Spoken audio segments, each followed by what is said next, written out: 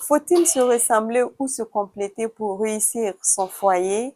Faut-il être compatible pour construire un foyer durable et stable? L'amour est-il véritablement l'élément fondamental d'un foyer? Ce soir, nous avons un invité avec plusieurs casquettes. Il est écrivain, il est coach, il est aussi numérologue. Vous êtes à l'émission Au cœur du foyer et restez avec nous pour quelques minutes pour apprendre sur le thème compatibilité dans le couple. Faut-il se ressembler ou se compléter pour réussir son foyer? Bonsoir à vous, bonsoir Aristide Ouedraogo. Bonsoir et merci pour l'invitation. Merci beaucoup de nous avoir honorés. Aristide, on l'a dit, il est coach, numérologue, écrivain, entrepreneur. Quelles sont les autres casquettes? Bon, vous avez tout dit. D'accord. On va aller alors avec la thématique de notre émission. On parle de compatibilité dans le couple. La première question est justement quand on parle de compatibilité dans un couple, de quoi parle-t-on réellement? Nous parlons du fait que la compatibilité amoureuse intervient parce que tout être humain a une personnalité. Et au-delà de l'amour qu'on a pour la personne qui est en face, chacun est appelé à chercher à découvrir la personnalité qui est en face de nous. Et c'est cette personnalité-là qui va permettre d'aimer et dans le temps. Voilà, parce que souvent, il y a les coups de foudre qui interviennent pour que des relations amoureuses démarrent. Et souvent, ça va plus loin dans le couple. Mais les gens ne se connaissent pas. Et quand on connaît l'autre en profondeur, connaissance, comme on le dit... Mais est-ce qu'on peut connaître l'autre en profondeur, puisque soi-même, on ne se connaît pas souvent, on est tenu parfois de faire certaines choses. Malheureusement, c'est là que le problème intervient. Il faut que chacun même commence à se connaître soi-même. Et quand on connaît soi-même, ça permet de guider et de diriger nos choix. Mais quand tu ne te connais pas, tu peux permettre à ton binôme ou à ton contraire ou épouser ce que tu détestes. Et malheureusement, il n'y aura pas de compatibilité. Parce que l'amour qu'on a pour l'autre, on doit pouvoir aimer entre les lignes. Quand je dis entre les lignes, l'amour qu'on a pour la personne, voilà, les critères des choix, souvent des uns et des autres, diffèrent. Et souvent, il y a des choix qui sont faits de façon superficielle. Superficielle dans le sens que ils ne se basent pas sur les critères qui sont vraiment les vertus ou qui sont vraiment les fondements d'un couple, d'un mariage. Vous parlez de personnalité, il y en a combien? Est-ce qu'on peut identifier les différents types de compatibilité ou de personnalité? Bon, les personnalités varient en fonction de... On peut parler du communicateur, on peut parler du stratège, on peut parler de la personne qui est beaucoup plus organisée, on peut parler d'une personne qui est mélancolique, une personne qui est colérique, une personne qui est flegmatique. Et tout ça, c'est des personnalités qui existent. Mais souvent, la compatibilité, c'est quoi au juste? Et la compatibilité, par exemple, quand vous prenez une personne qui est flegmatique, et moi, je suis colérique. Et si moi, étant colérique, pendant moi, il m'arrive souvent que par exemple, hier, j'étais dans un coin et pour choisir des vêtements, j'ai fini de choisir et je sors, j'ai dit de faire le point, le gars me dit, on a fini de faire, on a déjà rangé. J'ai dit non, j'ai d'autres avis que je tiens. J'ai dit non, moi, je connais le nom. Il dit non, monsieur, que c'est pas la bagarre. Je dis mais moi, je fais pas la bagarre. Il dit c'est ma manière de parler. Maintenant, ma manière de parler, par exemple, pour quelqu'un qui est flegmatique, qui a vécu dans un entourage, qui n'a pas vu quelqu'un qui parle avec vivacité, avec force ainsi, il va trouver que la personne fait palabre.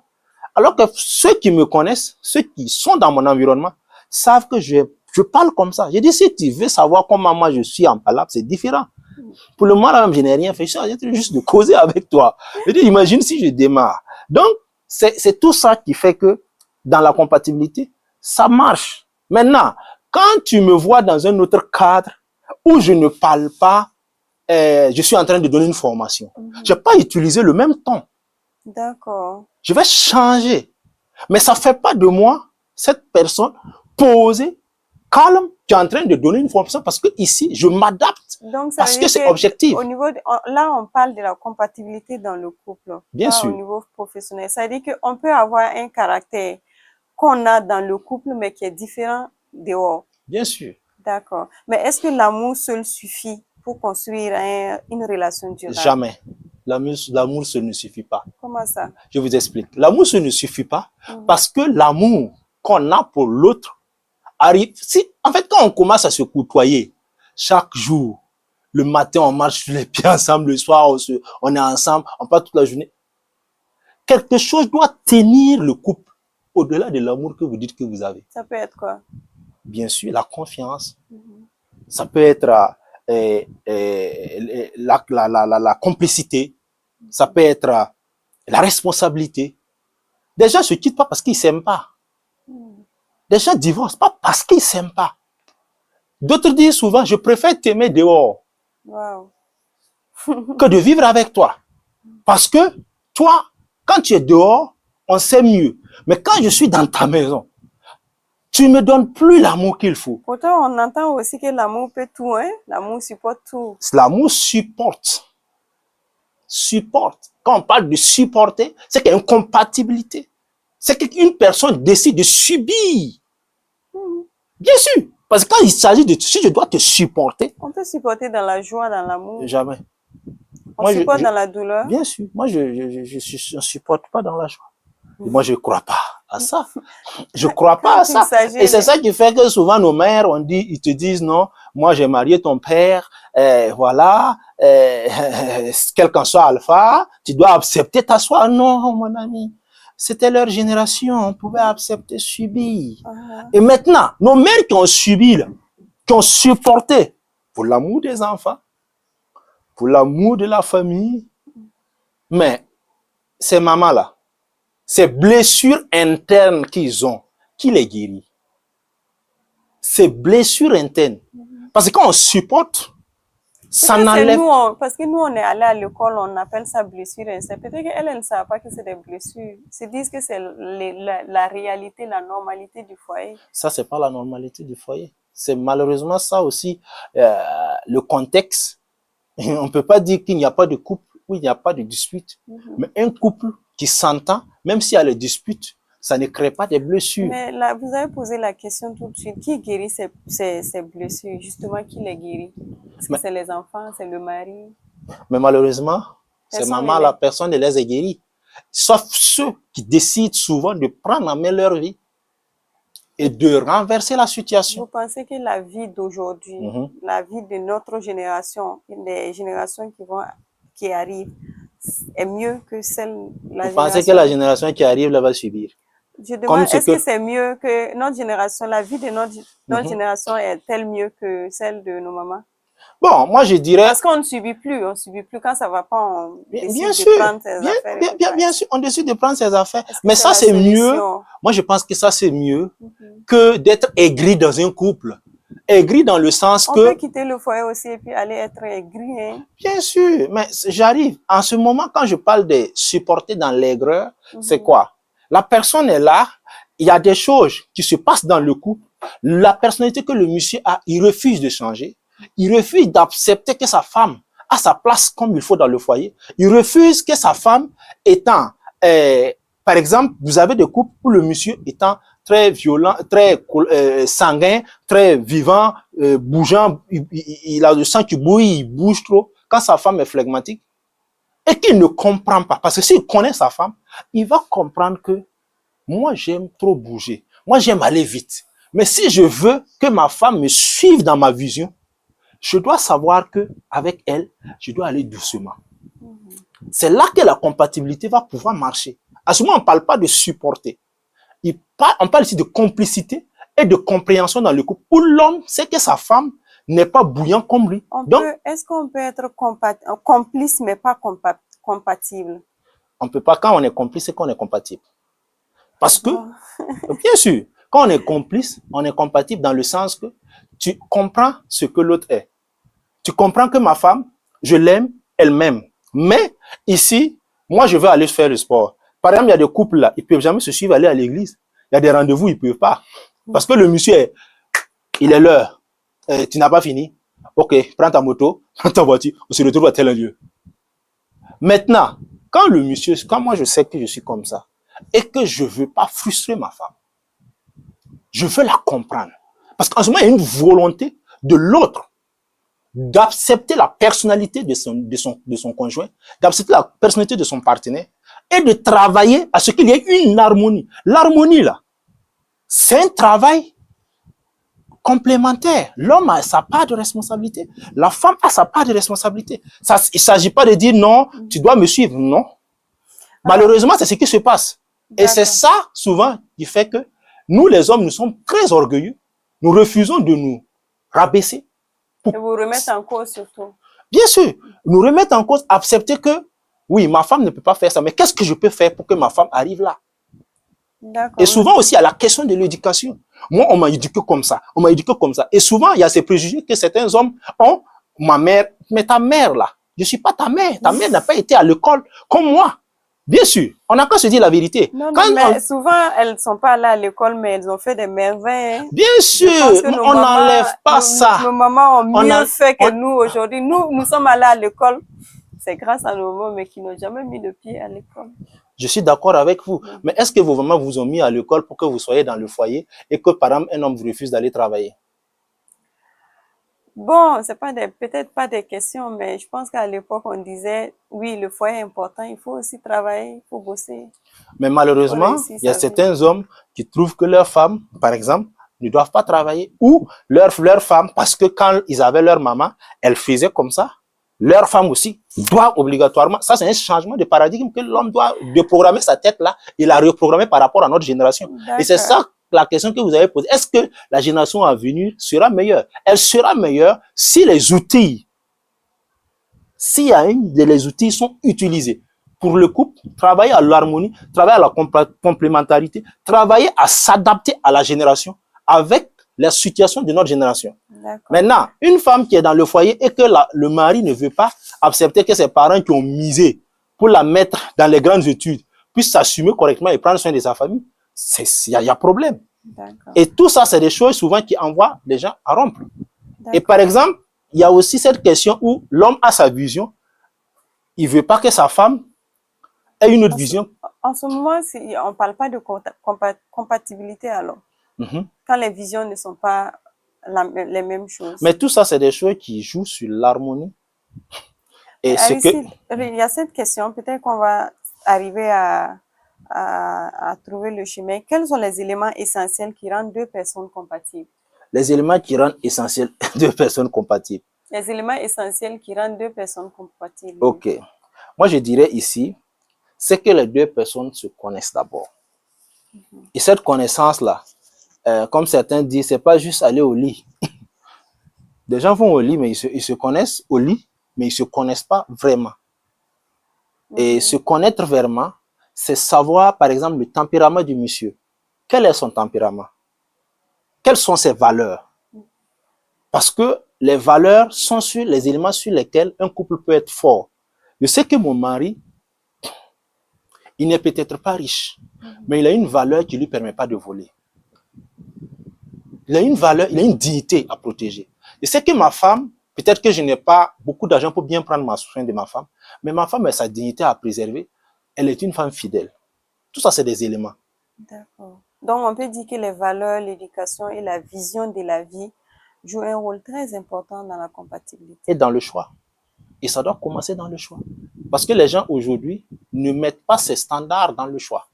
Et par rapport à la spiritualité ou la religion, est-ce que ça peut influencer l'harmonie dans le couple? La spiritualité, c'est là qu'intervient aussi la compatibilité amoureuse, où dans la spiritualité, il y a la numérologie qui intervient, il y a aussi l'étoile sous laquelle la personne est née qui intervient. Et tout ça, ça peut influencer, mais si les valeurs du critère de choix ont été respectées, ça peut permettre aux gens de tenir. C'est ça, vous parlez de supporter. Parce que nos mères, même s'il y avait pas, même s'ils n'ont pas respecté, parce qu'en ce moment, tu choisis pas, hein, tu subis. On choisit pour toi et puis bon, vous faites avec. Okay. Maintenant, comme il y avait les bases, qui sont les valeurs qui étaient établies, ça permettait aux gens de rester forts malgré l'adversité, malgré les difficultés qu'ils traversent. Et ils tiennent bon jusqu'à terme. Ils supportent jusqu'à terme. Tout de suite avant l'émission, vous avez parlé des 4 éléments essentiels, notamment le sang, le violent, et la nonchalance et la mélancolie. Voilà. Est-ce que ce sont les 4 essentiels, les 4 clés essentielles de compatibilité? Bon, bien sûr, on peut s'appuyer sur ça parce que la personne qui est sanguin, lui, il est axé au résultat. Et il est dominé dans la relation. D'accord. Et il tente souvent d'écraser l'autre. Okay. Voilà. Et quand tu es dans une couple, dans une relation comme ça, la personne ne le fait pas de façon, comment on appelle? Volontaire. C'est sa personnalité. Mais ça n'enlève rien au fait qu'il t'aime. Mais le sang-sang, ça peut aller ensemble? Le sang-sang, ça peut aller ensemble si les deux se connaissent. Si chacun sait qu'il est sang-sang. Mais comment on peut savoir qu'on est sans-sang? Mais il faut faire on peut faire des tests de personnalité. On peut aller voir des coachs, des psychologues qui vont vous permettre de faire des tests de personnalité pour voir comment je suis, comment l'autre est. Mais Aristide, vous en tant que coach, quels sont les bons, parmi ces 4-là, qu'est-ce qui peut marcher? Bon, on peut dire que le sanguin avec le mélancolique, ça peut marcher. Le sanguin avec le phlegmatique, ça peut marcher. Et le violent? Le violent, ça va être difficile. Deux violents, ça peut pas marcher. Parce que le sanguin n'est pas colérique. Mais le colérique avec le sanguin, il suffit, chaque fois, il y aura des tensions. Des tensions dans le sens que lui, en voulant dominer et que l'autre est colérique, lui, il ne n'encaisse pas. Lui, il réagit. Et s'il réagit, permanemment, on va sentir que il se parle, il bourde, il dispute. Parce que tout simplement, l'autre ne se laisse pas faire. Donc, alors que le colérique ne peut jamais se laisser faire face à quelqu'un qui veut le dominer, il ne va jamais se laisser faire. Mais si c'est un phlegmatique ou un mélancolique, par exemple, le phlegmatique, lui, il va subir. Va subir dans le sens que, bon, il va tenter toujours de faire raisonner l'autre. Mais le mélancolique, au contraire, lui, il ne va pas tenter de raisonner. Comme lui, il est tenté émotion, porté amour, il va subir. Mais par rapport à la numérologie, par exemple, on parle aujourd'hui de bélier, de poisson, de verseau, l'astrologie et tout. Je pense que ça fait partie de la numérologie, non? Bon, ça se côtoie. Mais vous avez parlé tout de suite de numérologie, c'est dans quel sens? La numérologie, par exemple, c'est par exemple le jour, le mois et l'année de naissance. Par exemple, à travers ça, on peut même, moi je n'ai pas besoin de connaître ton nom, j'ai pas besoin de ton nom, j'ai pas besoin de qu'est-ce qu'il fait comme boulot. Par exemple, pour tester cette compatibilité-là, je peux te dire si ton nom est colérique, mais s'il est doux, juste à partir de sa date de naissance. Ah bon? Bien sûr. Faisons un exemple alors. Un exemple, il faut une date de naissance, vrai? Oui, on va prendre une date de naissance comme ça. En ce moment, il me faut un papier, un bic pour pouvoir faire les calculs. Mais c'est un exemple que je vous donne. Et par exemple, ça, tu peux aller, tu donnes ta date de naissance, tu donnes la date de naissance du monsieur. On te dit, voici, toi, tu as telle personnalité, l'autre a telle personnalité. Si vous voulez que ça marche entre vous, il faut que toi, tu sois une personne qui pardonne, une personne qui laisse passer certaines choses. Si tu veux que ça marche entre vous, il faut que tu comprennes que ton homme là, lui, il est violent, lui, il est bouillant, lui, il est ci, il est ci, il est ci. Et maintenant, si tu continues de faire... Mais les mois de naissance, il faut mettre les mois, jours. Sinon, là, c'est incomplet. D'accord, je vais prendre 1er janvier 1990 et 31... 1er janvier, c'est juste, hein? 1995. 1er janvier 1990. 31 J'espère que c'est pas un hiver. 1995. Ok, le 31 janvier, le 31 décembre 1995, j'ai le chiffre 4. Oui. Le chiffre 4, c'est quelqu'un qui est très exigeant dans sa vie. Une personne qui a cette quête de l'excellence permanente. Chiffre 4. Chiffre 4, parce que le 31... Qu'est-ce qui donne le chiffre 4? C'est le 31. 31 plus 1, 3 plus 1, ça donne 4. Nous avons le 12. Le 12, c'est une personne qui a cette capacité qui est un peu sociale, qui aime la communauté, qui est solidaire avec les autres, qui est capable de se battre pour les autres. D'accord. Ouais. Donc, nous avons 10 et nous avons 14. Et 14, c'est encore quelqu'un qui est très exigeant, perfectionniste, une personne qui tient à ce que dans tout ce qu'il fait, il veut toujours qu'on soit droit, que ça soit bien fait. Voilà. Donc, nous voyons que ici, cette personne, par exemple, on peut le classer dans une personne qui peut être colérique. D'accord. Donc, le 4, le 12 et le 14. Voilà, on peut dire que c'est une personne qui peut être colérique parce que vous avez 7 ici. Quand vous prenez le 31, ça donne 4. Le 12, ça donne 3. Donc, ça nous donne 7. Oui. Le 7, c'est le chiffre de la quête permanente de l'excellence. Quelqu'un qui recherche la perfection. Quelqu'un qui est exigeant dans sa vie. Il se permet pas, quand tu es avec lui, et puis tu n'es pas droit, tu vas à gauche, à droite, là, facilement, il te ferme, quoi. Voilà. Et quand tu prends 14 ici, 14, c'est 2 fois 7. Okay. Donc, c'est comme si cette personne est amplifiée, axée, droiture, exigence dans une relation. Quand il est avec toi, il aime qu'on soit tac, tac, tac, tac, droit. Voilà, c'est pas quelqu'un qui tolère les foutus pour les gens qui sont en train de badiner avec sa vie. Et nous avons le 10 ici. Et le 10, c'est encore la quête permanente de l'excellence, le leadership. Quelqu'un qui aime prendre sa vie en main, qui recherche surtout à être autonome, indépendante. Ouais. Donc, par exemple, quand tu prends ça, et que tu prends que cette date de naissance, qu'on tombe sur une autre personne qui a la même chose comme ça, là, ils peuvent être droits, ils marchent ensemble. Okay. Mais le jour que un, par erreur, commet une infidélité ou bien fait un faux pas là, c'est fini. Il n'y a même pas match. Vous ne pouvez pas ressembler, vous ne pouvez plus rassembler ces deux personnes-là. Maintenant, si par exemple, je vais recadrer, par exemple, disons que lui là, il était né un 18, un 18, et puis bon, 18, je vais mettre quoi? Donc, c'est des calculs alors? C'est des calculs, bien sûr. D'accord, je pense qu'on va poursuivre. On a déjà, Donc, je prenons qu'il est né le 28, 10, 10, 10. Donc, cette personne, le 28, on a 20. Ceux qui ont 20 là, ils ont la douceur. Ok. Ceux qui ont le chiffre 20. Ils ont la douceur. Ils ont la capacité de supporter, de pardonner. Et si cette personne tombe sur une personne comme ça, il peut avoir compatibilité. Parce que lui, étant exigeant, l'autre va subir, est capable de permettre, supporter. Mais cette personne ne va jamais le laisser. Si quelqu'un doit faire la relation, c'est la personne qui a 14 et qui a 7 beaucoup là. C'est lui qui peut partir. C'est lui qui peut rompre la relation. Il y a des relations, les gens sont dedans et ils ne décident jamais de rompre. Ils tombent sur des gens qui rompent, mais eux, ils n'iront jamais. Parce qu'ils ont un cœur qui pardonne, un cœur qui comprend, un cœur qui accepte les choses. Et par exemple, ces gens, ce sont souvent les mélancoliques, les phlegmatiques. D'accord, donc il faut que je change.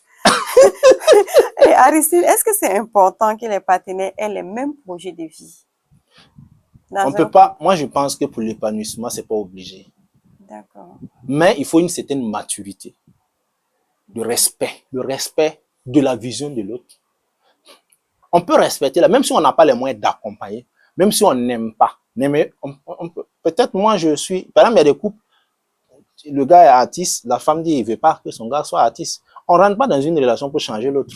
D'accord. On rentre pas dans une, je suis désolé.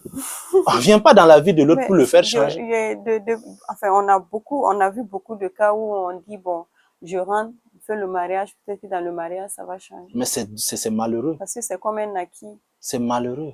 Et malheureusement, vous allez voir que ces personnes-là, ils vont tenter de se conformer. Ils vont tenter d'accepter la situation parce qu'ils tiennent au mariage, mais c'est pour quelques années. La réalité va rattraper parce que c'est ça que je parle de personnalité. La personnalité que la personne a là, ça va toujours se révéler avec le temps. Et le temps, c'est le meilleur juge. La personne peut tenter de faire semblant.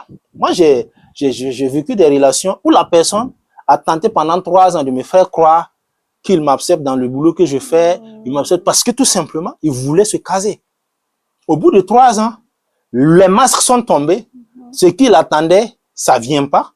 Et comme ça venait pas, le visage que moi j'avais vu au départ, que la personne a tenté de couvrir, c'est ça qui est revenu. Et malheureusement, c'est ce que beaucoup font comme erreur. On ne s'engage pas dans une relation en se disant que quand on va se marier, ça va rien. Le mariage ne fait qu'amplifier la personnalité de la personne. S'il était infidèle, malheureusement, excusez-moi des termes, entre griffes, quand il va rentrer là, ça va s'empirer. Mon ami, ça va s'empirer. S'il était colérique avec toi dehors, avant même qu'il t'ait dans sa maison, tu penses que c'est quand tu vas rentrer là, il va arrêter? S'il était très surveillant, dominant, avant le mariage, tu penses que quand tu vas te marier là, il va changer, il va diminuer? C'est faux. Faut pas faire peur aux filles là. Je ne les fais pas peur, je les dis seulement, quand vous voyez les choses, souvent ils voient, c'est clair, c'est blanc, mais ils refusent de croire à ce qu'ils voient. Ils disent que non, ça va changer avec le temps. Vous êtes en train de vous flatter, vous êtes en train de vous chatouer. Parce que la personnalité là, on ne change pas ça du jour au lendemain. Merci beaucoup, Aristide. On va observer une petite pause pour te permettre de souffler un peu et on revient après la pub.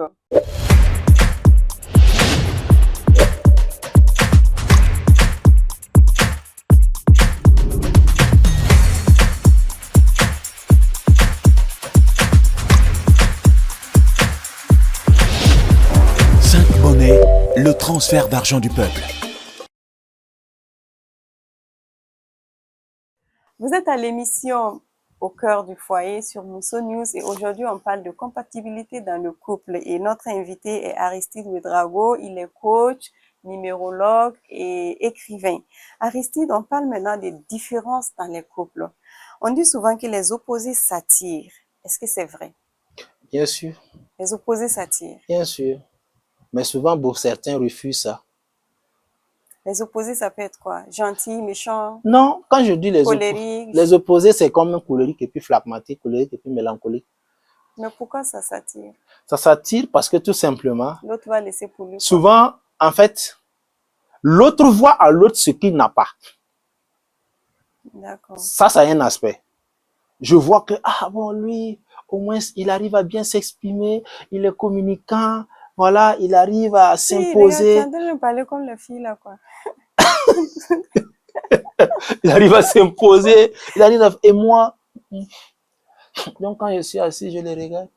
Mais un homme aussi peut avoir ses appréciations pour une femme. Bien sûr. Il y a des hommes aussi qui ont cette phobie-là, ils veulent des femmes fortes, des femmes qui s'imposent. Et leur amour, là, c'est comme ça. D'accord. Est-ce que la différence de caractère peut être ou devenir une richesse dans le couple? La différence de caractère, si elle est bien exploitée. Si elle est bien exploitée. Je vous dis par exemple, le colérique est désordonné. Ok. Il est très désordonné. Alors que le flegmatique, elle est ordonnée. Elle aime l'ordre. Elle aime que chaque chose soit à sa place. Tu sais de quoi je parle? Oui, ça, maintenant, je me reconnais là-dedans. Voilà, mais maintenant quand tu prends le colérique, lui quand il rentre, il est là chaud. Bon, il bouge. Maintenant, si toi tu sais que tu es comme ça, tu peux prendre une femme qui est ordonnée. Si la femme t'aime, si l'amour de la femme, parce que les pourcentages là souvent se dépassent. Souvent c'est la femme qui aime plus. Oui. Souvent c'est l'homme qui aime plus. Ça c'est vrai. Maintenant, si tu maries ton contraire et puis tu l'aimes pas plus que lui, tu vas souffrir. Hein? Parce que chaque jour, tu vas arranger, mais tu vas parler. Tu vas bourder. Vous me comprenez? Ça va pas, il va pas s'habituer. Mais tu vas t'habituer, mais en attendant, tu vas bourder. Tu vas parler en rangeant. Jusqu'à ce qu'en temps, tu dis, bon, mon gars là, je le connais où? Il est comme ça. Donc, tu es derrière lui, tu ranges. Et à partir de quel moment les différences deviennent justement un problème? Les différences deviennent justement un problème. Si par exemple, toi, tu ne sais pas que le gars que tu as marié là, il est désordonné. Malheureusement, beaucoup de femmes ne voient pas ça. Avant de rentrer dedans là, il ne sait pas que le gars qui est là, il est désordonné. Toi, tu es ordonné. Il y a des mariages, souvent on marie 1 semaine, 2 semaines, ça casse. Je prends l'exemple. Il y a un couple qui s'est marié. À cause de juste l'approche des dents, ils se sont divorcés. Ça fait la 2e fois que j'entends cette histoire. Je vous ai bien, c'est pas une histoire fausse, c'est une vraie histoire. Après le mariage, ils sont rentrés se doucher. Le monsieur a pris sa broche à dents, il a pris la pâte. La manière dont il a pincé, la femme là était là, il regardait le monsieur. C'est quelle manière comme ça? C'est là par là a commencé. C'est quelle éducation tu as eue? Bon, mais avec juste raison. C'est ça que je dis, vous devez connaître la personne que vous avez mariée. Elle vient d'une famille où tout est ordonné dans la maison là. Désordre, ça là, on ne vit pas. Tu peux prendre un monsieur qui n'a pas eu cette éducation comme toi. Mais tu n'as pas accepté, parce qu'au-delà d'accepter son amour, ses avances, marie le comportement, les défauts. Parce que malheureusement, on regarde les choses, comment on appelle, le bon côté de la personne pour marier la personne. Il faut que, en faisant le diagnostic, découvre les défauts.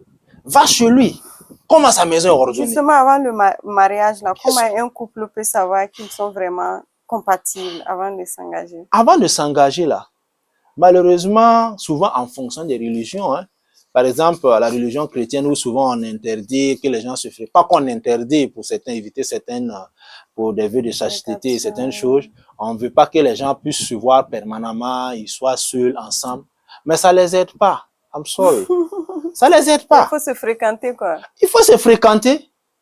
Et il faut mettre l'autre en situation de pas là pour voir comment il réagit. Oh. Oui. Il faut souvent tester même la fidélité du moro. Il faut tester l'émotion du gars.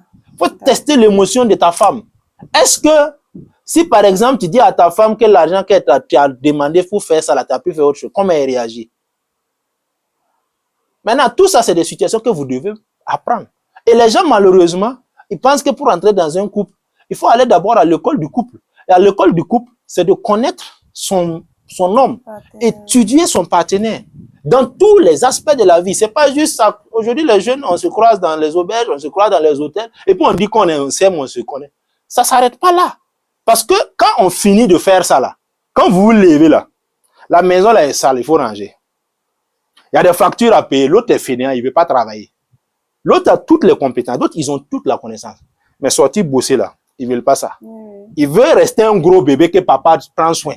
Est-ce que c'est des signes d'incompatibilité qu'il ne faut pas ignorer? Ce n'est pas des signes d'incompatibilité. On peut dire aussi que d'autres rentrent sans être prêts. Il y a une manque de préparation. Mais quels sont les signes d'incompatibilité comme ça, quand on se fréquente et qu'il ne faut pas ignorer? Il ne faut pas ignorer dans le sens que la personne peut être désordonnée, mais ne veut pas changer. Un exemple, il faut de la volonté, il faut de la compréhension, il faut qu'il soit capable aussi de pardonner. Le pardon. Par exemple, si quelqu'un n'est pas capable de pardonner et puis dit qu'il va vivre avec toi là, et que toi tu es permanemment désordonné, et qu'elle, elle est nonchalante, toi tu veux, vous n'allez vous comprendre comment? Vous n'allez pas vous comprendre. Mais est-ce que les conseils de la famille ou des proches peuvent aider quand même à évaluer la compatibilité? Les conseils, bien sûr, si c'est des gens matures. Parce qu'il y a des gens, moi je dis souvent, c'est pas les cheveux blancs qui donnent les conseils. Malheureusement, il y a des cheveux blancs qui induisent beaucoup de jeunes en erreur. Voilà. Mais les cheveux blancs aussi, ça peut être l'expérience. Hein. Mais beaucoup d'expérience, l'expérience, ça dépend de quel bord tu es.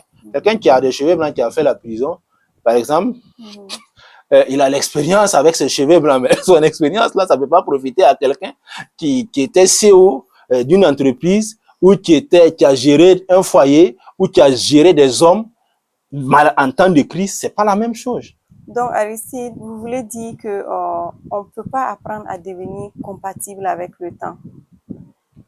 Apprendre à devenir compatible avec le temps. Le temps va vous permettre, mais en fait, quand vous refusez d'aller apprendre avant de rentrer dans la relation là, vous allez apprendre dans la douleur. Si on s'est connu une année après et puis on décide de se marier. Avec le temps, peut-être qu'on va commencer à se découvrir dans le foyer et puis développer des signes de compatibilité. Donc, on peut même se marier avant de développer les compatibilités. Là, c'est grave. C'est pourquoi je demande. C'est pas possible. Moi, je suis pas d'accord. Moi, je suis pas pour ça. Moi, je pense que il faut d'abord marcher ensemble, vous découvrir avant d'aller vous enchaîner à la mairie. Pendant combien de temps? Bon, le temps là, ça dépend de vous, hein. Mais il y a des gens qui se découvrent 3 semaines, 3 mois, 6 mois, et puis qui se marient. C'est pas suffisant. Je suis désolé. Ça dépasse. C'est suffisant si vous voyez tous les jours. Si vous passez toute la journée 24h24 ensemble dans des situations où vous êtes permanent, vous côtoyez, et que chacun est vrai. Parce que souvent, il y a des gens qui cachent. Voilà, il y a des couples, par exemple, la femme sait qu'elle est désordonnée, mais comme il sait que le monsieur permanemment se plaint du désordre, il va tenter de faire quoi? D'ordonner tout le temps quand le monsieur vient, d'ordonner tout le temps. Mais tu es en train de te flatter. Ouais. Tu ne pourras pas le faire tout le temps. Soyez vrais les uns avec les autres. Donc, il faut que cette préparation-là, c'est de se découvrir, il faut de la vérité, il faut de la sincérité des deux côtés. Mais que faire alors lorsque ces différences-là créent beaucoup de conflits dans le couple? Vous n'êtes pas au bon moment, vous n'êtes pas au bon endroit. Vous n'êtes pas compatible. Vous n'êtes pas au bon endroit. Et quand vous êtes dans une relation où permanemment vous êtes dans les palabres, dans les disputes, vous n'avez pas besoin qu'on vous dise que vous n'êtes pas incompatible. Il y a un homme qui m'a dit un jour. Vous n'êtes pas compatible. Oui, n'avez pas besoin que quelqu'un vous dise. Il y a un homme qui m'a dit un jour, Dieu, on dit le mariage, c'est Dieu qui donne l'autre être cher. Et si c'est Dieu qui donne, Dieu ne va pas te donner quelque chose qui est un poids, un fardeau. On dit c'est le bonheur, il te donne. Mais on voit des gens qui sont ensemble, souvent ils se tapent, ils crient, tu vas rester et de l'autre côté, tu entends la femme crier, le monsieur crier, mais ils sortent l'amour fou, quoi. Mais c'est ça, je vous dis, je vous parle en ce moment, c'est deux sanguins qui se sont trouvés et qui s'aiment, et chacun sait que l'autre est comme ça, et ils s'acceptent comme ça. Par exemple, ces gens de personnes-là, s'ils marchent, qui rentrent entre eux là, c'est toi le mounafika. Parce que ils vont se battre devant vous. Quand vous allez partir, ils vont s'asseoir, manger ensemble, et puis ils vont se lever. En ce moment, ces deux personnalités, c'est des sanguins. Et ça peut être un sanguin mélancolique. Et là, peut-être l'autre, quand ça dépend de l'amour de qui dépasse. Si c'est le colérique, son amour qui dépasse, il va frapper peut-être le violent et il va s'excuser et puis ils sont ensemble. Maintenant, toi qui dis que non, il est colérique, il faut le quitter, il ne pourra pas le quitter. Parce que il l'accepte tel qu'il est, parce qu'il comprend que son gars est comme ça. Et souvent, il y a d'autres qui se frappent, ils se blessent, ils se lèvent, ils mangent ensemble, ils pleurent ensemble et ils sont ensemble. Coach, justement, quel conseil vous donnerez aux couples qui veulent renforcer leur harmonie? Ceux qui veulent renforcer leur harmonie, moi j'aime ça parce que c'est ça qui permet à l'amour d'avoir son vrai sens. Parce que l'amour tel que beaucoup le conçoivent, il doit dépasser l'aspect éros. Et l'aspect éros, c'est l'aspect corporel, voilà, où l'amour qu'on a pour l'autre, ça va au-delà de tout ce que nous pouvons, du matériel. C'est la personne qu'on aime. J'aime sa complicité. J'aime sa compréhension. J'aime tout en elle ou en lui. J'aime sa vérité. Quand il n'a pas l'argent pour moi, il ne me ment pas. Il est vrai avec moi. C'est ce que j'aime. Parce que tout le reste là, les masques finissent par tomber. L'argent, le pouvoir, la position. Prenons l'exemple, je suis désolé. Prenons l'exemple, par exemple l'ancien couple présidentiel comparé. Tu maries un homme, il est président pendant des années et aujourd'hui, il n'est plus président, il est malade. Si vraiment tu ne l'avais pas aimé, vous pensez que tu peux rester avec lui? Mais si tu l'avais... Oui, mais elle est toujours avec Bien sûr, c'est de ça que je parle. Et c'est ce que souvent beaucoup de nos sœurs ne comprennent pas. Ce que vous voyez, vous appréciez là, tout est vanité de vanité. Il y a des choses là, on ne prévoit pas. Ce que tu as vu en lui, et aujourd'hui, c'est ça qui est à la mode. Hein. Voilà, on a vu ce qui s'est passé au Nigeria avec l'influenceuse. Voilà, on a vu ça, on brandit une croqueuse de diamants, on brandit ci, on brandit ça. Alors qu'à l'intérieur, on se flatte, on présente quelque chose qui n'est pas vrai. Moi, je dis, pour renforcer pour ceux qui sont déjà dans le couple, soyez vrais. L'amour que vous avez pour votre femme là, exprimez-la tous les jours de façon différente. Aujourd'hui, je décide, à l'improviste, je sais qu'elle aime des beignets, par exemple, je peux payer les beignets. Je sais que tous les soirs, quand elle sort, elle veut manger les beignets. Tous les dimanches, elle veut manger telle viande. Je pars payer, je la fais des surprises. Je la fais des petits cadeaux. Souvent, je la fais sortir. On part un dimanche, on se lève, on va ailleurs. Je l'invite en surprise. J'ai pas besoin de planifier quelque chose avec elle. Je lui dis, préparez-vous. Il faut avoir beaucoup de moments de qualité. Des moments de qualité. Ensemble. N'attendez pas l'argent, n'attendez pas les problèmes pour vous montrer que vous aimez. Aimez-vous sincèrement et de façon pratique. Parce que beaucoup s'aiment avec les mots. aller au-delà des mots. Et beaucoup de nos enfants, quand ils entendent les mots, ils sont flattés, ils pensent qu'ils sont aimés. Alors que nous avons les communicateurs comme nous, qui sont de beaux parleurs, Ah, en tout les cas, poètes. Et si tu comptes ouais, sur nous, on va frapper tous nos poèmes à 10 filles, alors que, bon, parmi les 10, on sait que c'est une titulaire. d'accord. Coach, on est pratiquement à la fin de l'émission. J'ai quand même deux questions fortes. Ah bon? La première question est, est-ce qu'on peut être profondément amoureux et pourtant incompatible? Ça arrive, Ça arrive, c'est bien sûr. fréquent. Parce que la personne que tu aimes, c'est la mauvaise personne. Pour toi, elle n'est pas mauvaise, peut-être pour Y, mais c'est la mauvaise personne pour toi.